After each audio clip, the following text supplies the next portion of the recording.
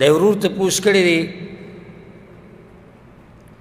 چې انسان د شپې ځان له وده کېږي نو لغړ وده کېدی شي او که نه لکه یو سړی وده کېږي یوازې ځان له کمره کې دی وایي چې کپړې ټولې لرې کېدی وده کېدی شي داسې او که نه نو جواب عورت چې دی که نه عورت د عید ساتئ د دې پټول په هر وخت کې لازم دي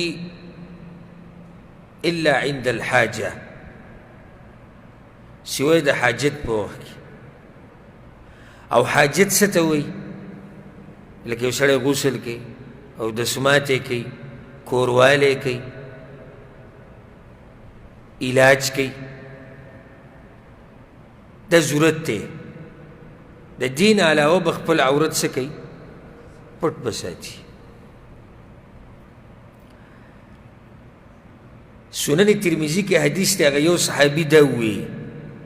فإن كان أحدنا خاليا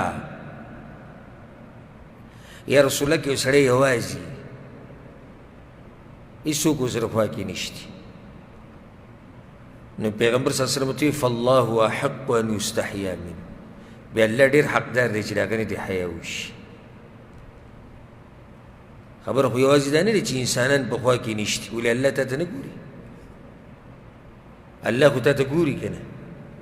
نو چې الله تا ته ګوري نو بیا بغیر ضرورت ته عورت څه ښکاره کړي حیا وکړه د الله نه نو صحیح خبره دا ده که یو سړی ځان له موده کېږي نو لغړ دی نه وده کېږي که یو سړی ځان له موده کېږي خو لغړ به نه وده کېږي وجره چې الله خو ته ګوري که نه والله اعلم